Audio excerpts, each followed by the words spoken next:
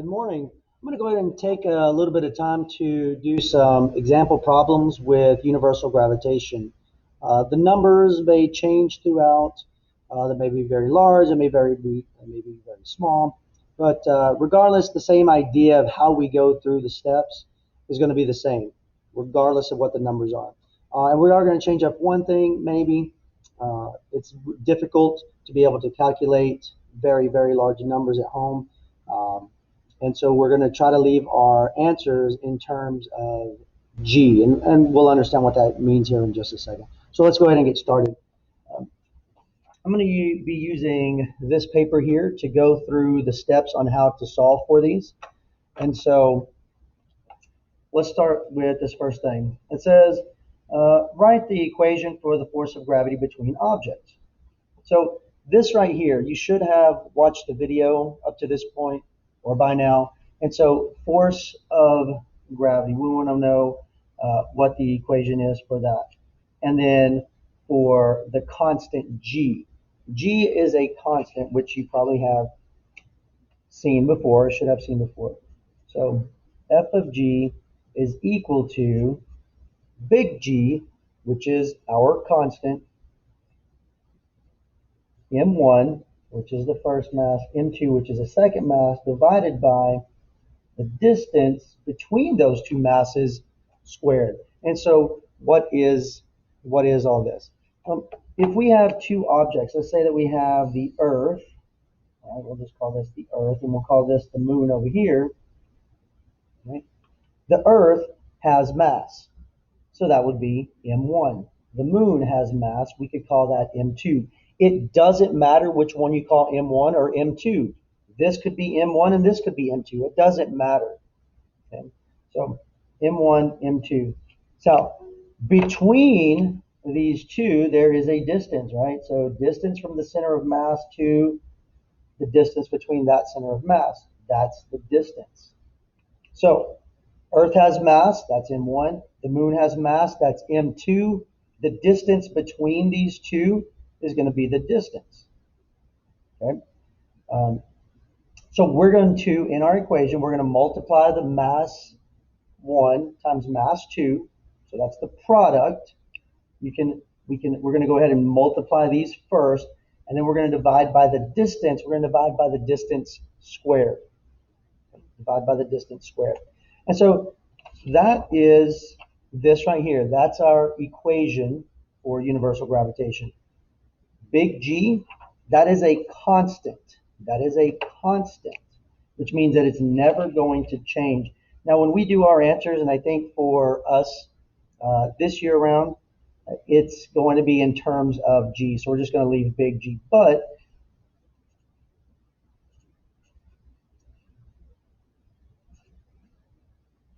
this is our constant. This is our value for big G. It's a really, really small number. Times 10 to the negative 11 is really, really small. So that means that every time we do our work over here, we multiply the two masses together, and then we're going to divide by the distance between them squared. Whatever we get here, we're going to have to multiply that times 6.67 times 10 to the negative 11, which means that your overall value that you get here is going to be really small. What that's telling us is that the force of gravity is a really weak force. It's actually it is the weakest force out of the four fundamental forces in the universe. Okay, so very small constant means that the force of gravity is a very, very small number. And so that kind of answers this question here. What is a very small value of the constant G? What does that tell you about the strength of gravitational forces? It's very, very weak. So that's our equation. So let's do a couple of these. I'm not going to go through every single one of these, but we are going to go through some of these to show how to solve for these. Okay? So we want to say, calculate the force of gravity between a newborn baby and the planet Mars. So everything has a gravitational pull, and so gravity extends beyond the Earth, and it extends on forever, but it's really, really weak.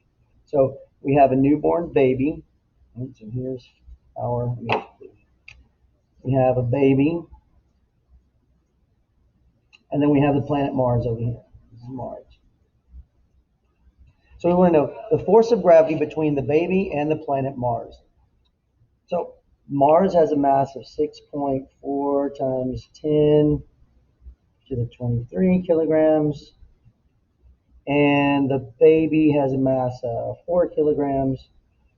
The distance between these two is, let's see, 8 times 10 to the 10.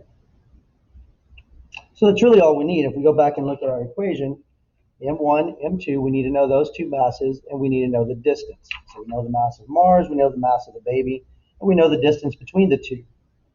And we know that this constant is never going to change.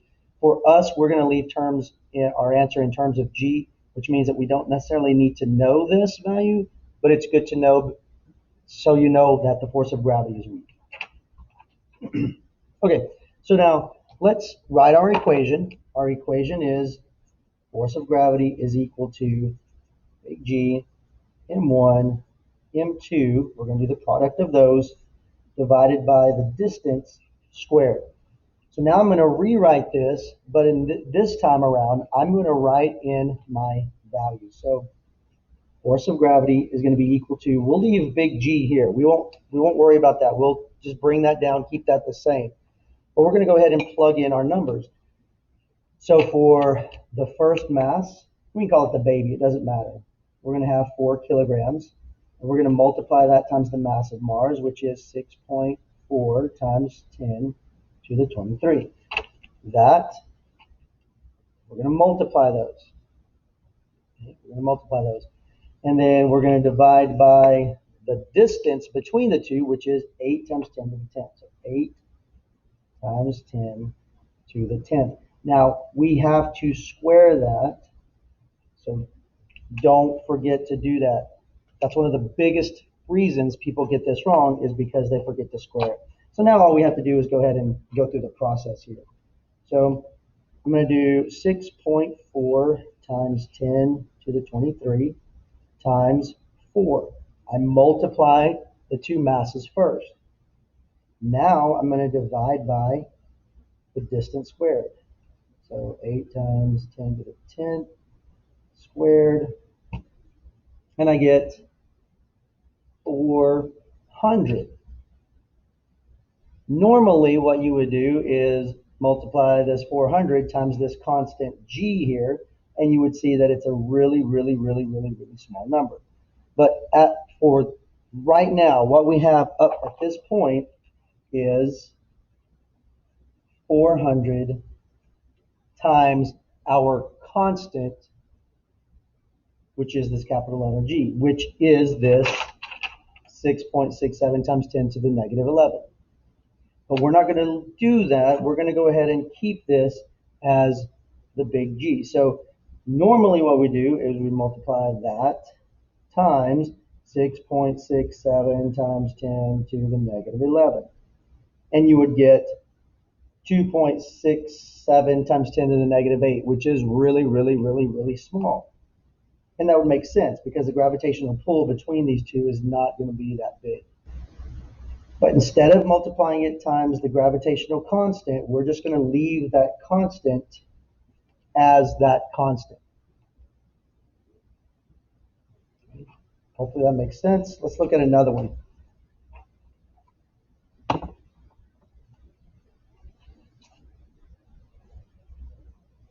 All right.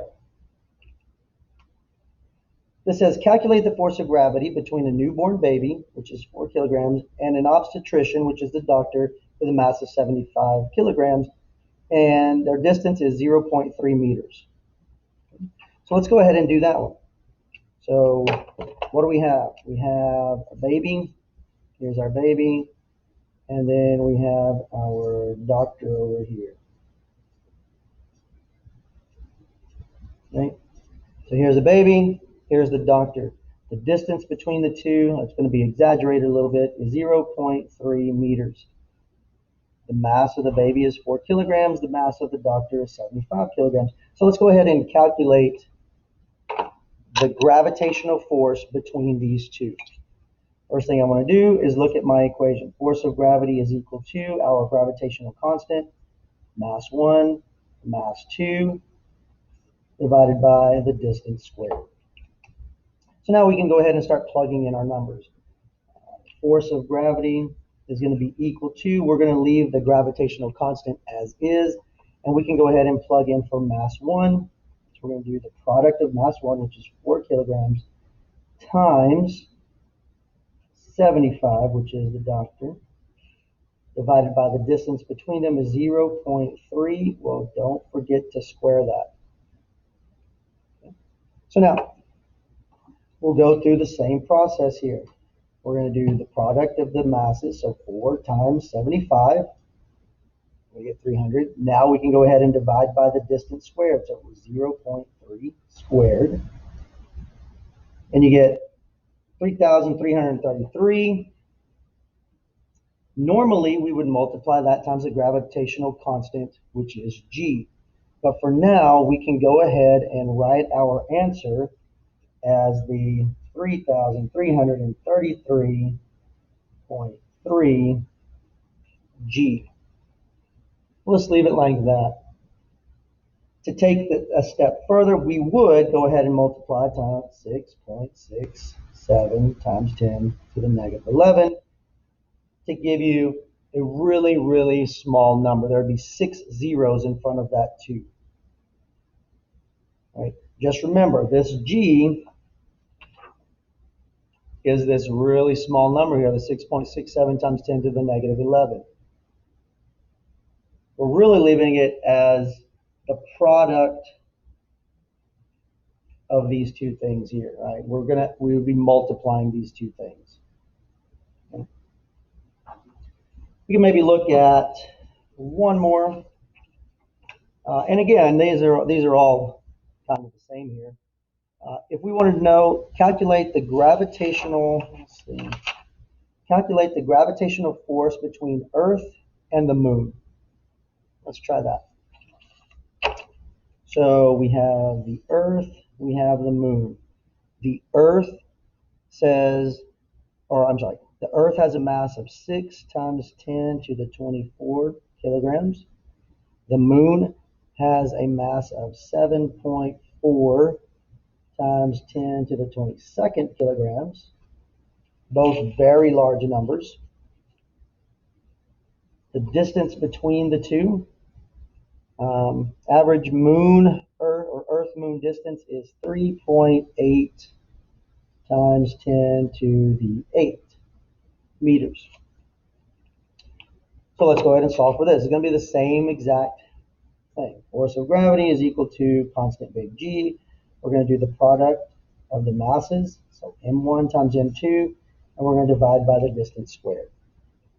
So force of gravity is equal to, we'll leave G as is, and we're going to do 6 times 10 to the 24. We're going to multiply that times 7.4 times 10 to the 22 over the distance is 3.8 times 10 to the 8. Now we can't forget to square that.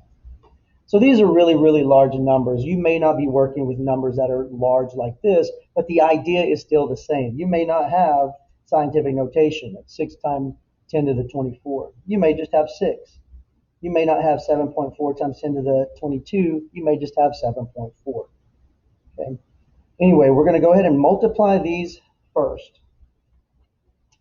So we're going to go ahead and do 6 times 10 to the 24 times 7.4 times 10 to the 22nd. That's the product of our masses. Now we're going to go ahead and divide by the distance squared. So we're going to divide by 3.8 times 10 to the 8 squared. And we're going to get this number. What we get is 3.07 times 10 to the 30. Normally, we would go ahead and multiply times this constant g, which is the 6.67 times 10 to the negative 11, right? And we could go ahead and do that, times 6.67 times 10 to the negative 11, and you would get 2.05 times 10 to the 20. But we don't have to do that. Instead, we're going to go ahead and leave it in terms of g. So this g, we're going to go ahead and carry it on over, and we're going to put it right there. So we'll leave it as 3.7 times 10 to the 30 g. Normally you would go ahead and multiply that. And same thing here. What we're doing is we're taking that g and we're bringing it over here to where we could multiply it later if we wanted to. And here, again, we're taking that g and we're bringing it over here to multiply later if we need to. The way that you solve for everything is the same. We're going to do the product of the masses divided by the distance squared. And then we're just taking that g and we're bringing it over so that way we can multiply later if we needed to. Okay, you know what that g stands for. You know that it means that the force of gravity or the gravitational force is very, very small.